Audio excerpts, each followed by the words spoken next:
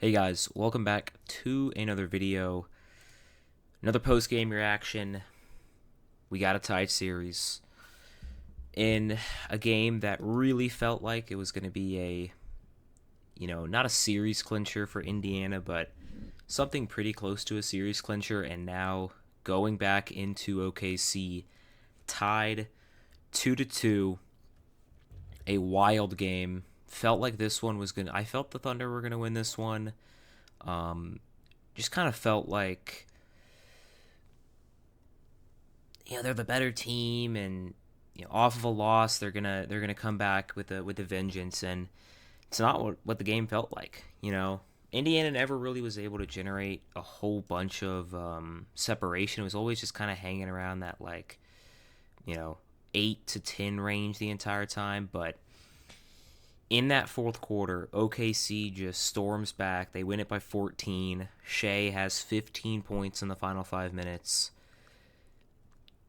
and now this series has flipped on its head, where it felt like it was going to be 3-1 just going into that third quarter. Now probably looking at OKC right back in the driver's seat. So I don't think the series is necessarily over, but now it's going to get a lot more difficult if you're Indiana. So let's start with OKC. I thought Shea for 3.5 quarters was really poor. Ended with 0 assists in this game, which is shocking. I don't even know if he had. Oh, he ended up with, yeah, 0. I don't even know if he had that many potential assists. He was just not able to really do much. He was a +0 in this game. I really thought that they did an amazing job for the vast majority of the game of keeping him in check and preventing him from getting into his bag early. Right, Nembhard did a sensational job on him, just kind of taking away SJ from getting the ball. It's not even like yeah, he was missing some of his looks, but I thought for the Pacers did such a good job in the first 3.5 quarters of preventing paint touches. I mean, OKC had 10 assists. Like, that is crazy. 10 team assists is nuts.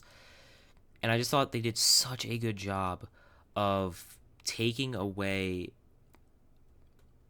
the penetration, get those paint touches were just non-existent for the vast majority of it. But in that final 5 minutes, it's the first time in the fourth quarter in this series. I'm gonna go to the game log here. So Indy, you know, they're up by 7 in this fourth quarter, um, and then I think this was probably the game right here. They're up 7. They missed back-to-back threes. Could have made it, a 10-point lead, and then from this point on, last like 9 minutes was just really, really close. They go up 4 here, and they end up getting up 97-101. OKC would proceed to go on, I think, a 9-0 run from this point, right? Shea gets free throws, Tyrese gets a bucket, and then Shea gets a 3. Shea gets a bucket. Dort makes a free throw. Tyrese misses a 3, and then you get the million Shea free throws. They were all intentional. I just thought OKC did a good job throughout this entire game, never letting go of the rope. And what I mean by that is never just quitting, never giving up, staying in it. And in that fourth quarter, I thought Chet and Hartenstein did a great job on the offensive glass, getting extra possessions. I don't know how many second chance points they had in that quarter, but I mean, it felt like a minimum like 10. They just took away. They just kept fighting, kept pushing it. It felt like a Pacers win. I'm gonna be honest. Like, this felt like an Indiana Pacers win in the sense of, like, down the entire time, but they just keep coming. They just keep coming. They keep fighting, and I just thought it was a great job by the Thunder. Outside of Shea, I thought J-Dub was really good again. 11 free throws for him. I mean, they shot, what, 71 combined free throws? Nuts. But this in the Scott Foster, there was a lot of calls. And honestly, I thought most of them were fouls. I thought Chet wasn't great again the first 3.5 quarters, but like the Thunder as a whole, he was great in that fourth quarter, getting on the glass, getting offensive rebounds. And then, I thought Hartenstein played more minutes, played 21. They started with Hart. Um, Personally, I'm just not that all in on the double big stuff. I like the double big. I think it's cool. Um, but I don't think it's what I'd be going to if I was OKC.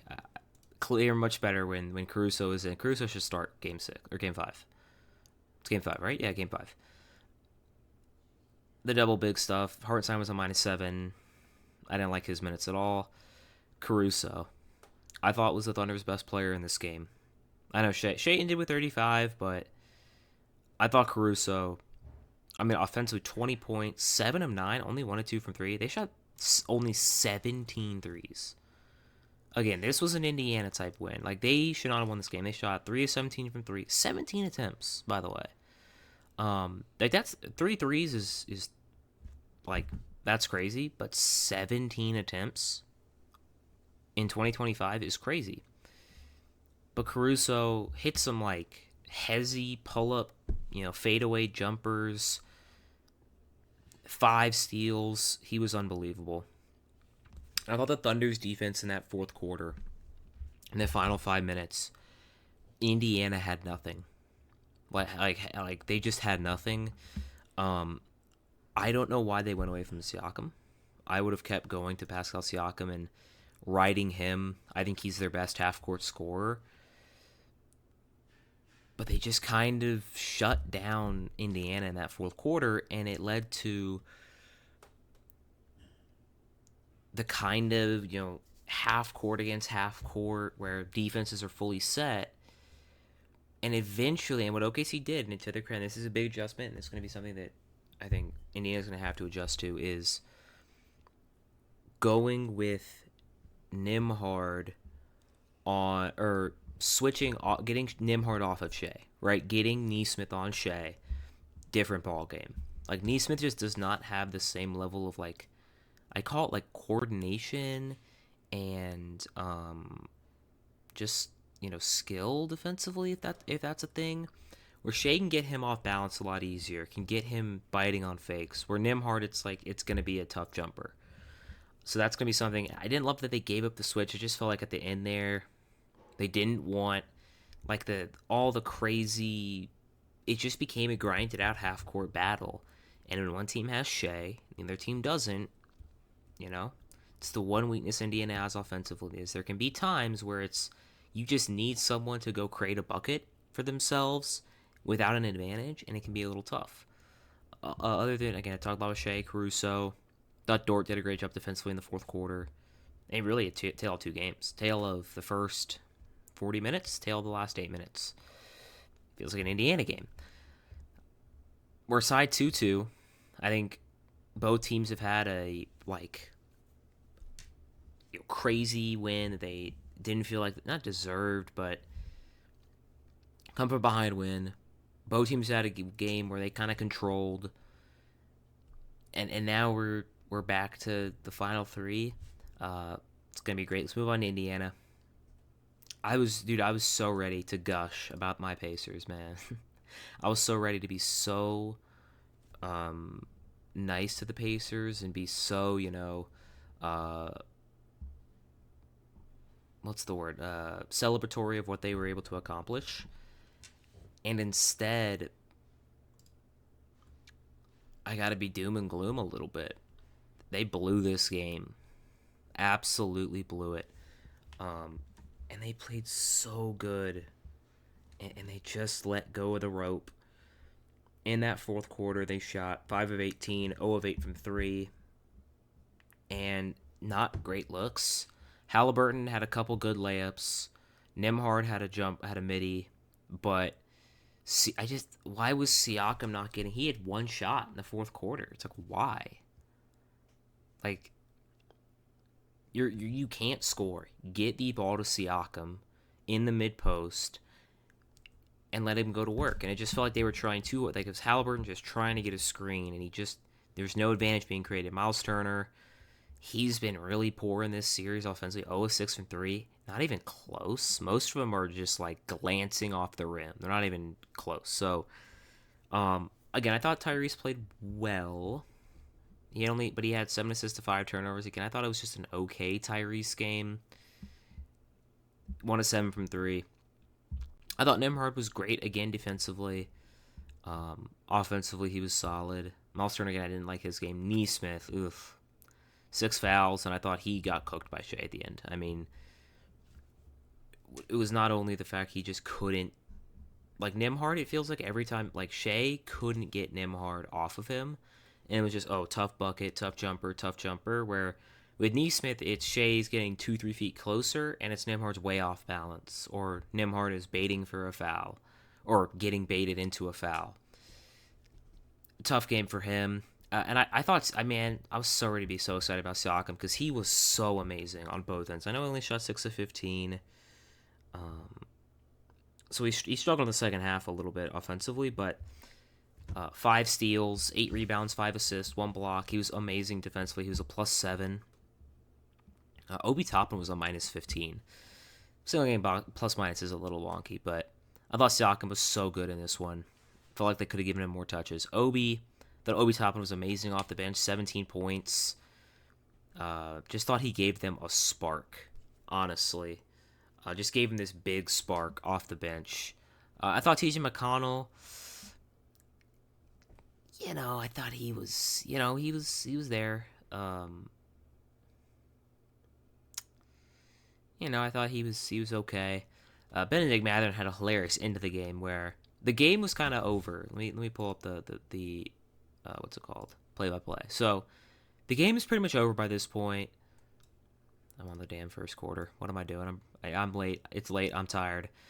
So game is 107, 103. Monster misses a jumper, but they get an offensive rebound. Okay, you make these 2 free throws. You're down 2. They miss a free throw. It's game time. Instead, he goes 0 for 2. He then gets an away from the play foul to give Shea a free throw. Then the Thunder turn it over. He then misses another free throw. Finally makes it. Then he gets another away from the play foul. Shea gets another free throw. And the game's over. Like if he makes these two, it's a 2-point game. He doesn't commit this away from the play foul. It would be 105, 107. They would have had the ball, and he got fouled. It would have been a tie game. Instead, Benedict Mathurin just collapses upon himself and has one of the most disastrous game time, 15 seconds of game time stretches I've ever seen. So, if you're Indiana, you got to feel like you just absolutely lost this game. You got to feel that this was it, right? To go up 3-1. You only have to win 1 out of 3, and now you got to win 2 out of these next 3 games. It just seems like a very tall task. Now, I will say, OKC won this game. They played terribly offensively, and I think Neesmith getting switched on to Shea was an issue. I thought Indiana honestly played maybe worse offensively. Like, they shot better from 3, but they didn't shoot well. Going into Game 5, my big things for both teams are Indiana. Offensively, I just think it's tough, man. It's OKC's defense, honestly. Like, that's so much of it is how good OKC is defensively. It's tough for me. I don't know what to say. Like, they're going to need Miles Turner to be involved offensively and make some shots. Honestly, they're missing shots in that fourth quarter. And, they weren't easy shots, but they just couldn't make enough shots. For OKC, defensively, continue this momentum, and then offensively, you got to get Nembhard off Shea any way you can. They were going to J-Dub Shea pick and roll, where it wasn't even for the pick and roll. It was just to switch, and it was really effective. They got to go to that, go away from the double big, and Hartenstein in general just does not need to play. It's not working. I like Hartenstein. This is not the series for him. Do not play him anymore. Alex Caruso should start. That seems obvious. Case Wallace was poor in this one, but offensively, again, gotta get Shea, and they gotta just get paint touches more. They gotta get to the paint and then spread. Dude, 10 assists, and again, I'm sure potential assists. I would love to see how many potential assists they even had. It didn't feel like a lot. Like I felt like there was just so much. Like, I mean, 36 points, or that's Indiana actually. I mean, they ended up with 50 points in the paint, so they did score on the paint. Dude, look at the points off turnovers. Holy moly. But they got 12 offensive rebounds. How many second chance points did they get? Is that listed? Let me look up the second chance points. Man, just okay. Both teams, I think OKC though offensively, they gotta figure out some stuff. 23 second chance points. So that's what kept their offense alive. I do think if they can get Shea off Nembhard more consistently, they're gonna win the series in 6. If I'm Indiana, I think the mental is as big as schematic. How can we bounce back? How can mentally we get back into this thing? How can we not let this loss spiral into a disastrous scenario? What I would do in Game 5, they got to shoot. I mean, they just got to shoot better. They got to shoot better. They had 15 turnovers in this one. They got to defend better in transition, and they gotta keep them off the glass. Like they lost the margins in this one, right? And they gave up way more second chance points. They gave more points off turnovers. Gave up 12 offensive rebounds. Like those margin things that they've been winning, they lost. So I'm not gonna doom and gloom in the way of like, oh, this series is over, and it's OKC. I would say if I had to pick one outcome, I think it's OKC in 6. I do think OKC's probably going to take the rest of the series. But either way, awesome game. Shea was ready to slander him. I still don't think he played a great game. Again, he had 35, and he had like 7 free throws in the final 30 seconds off of intentional fouls. But 0 assists. I still thought Shea didn't play great. Man, Game 5, I can't wait. I can't wait. If I'm OKC, Game 5 has to be a win. Game 5, in my opinion, is the finals. If OKC has to go back to Indiana down 3-2, I don't like their chances. They win this one, okay, you can lose in Indiana, and then you just got to win one of the next 2. So, can't wait for these final 2 games. Great win for OKC. And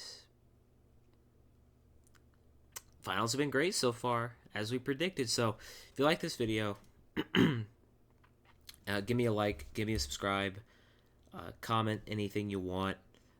Been doing the offseason preview videos. If you guys want to check out, offseason content and free agents and trades and all of that, you can check that out. I have it's a playlist, offseason preview. Don't know what team I'm going to do tomorrow. Going to drop one of those tomorrow. So, go check out those videos, please. I'm really trying.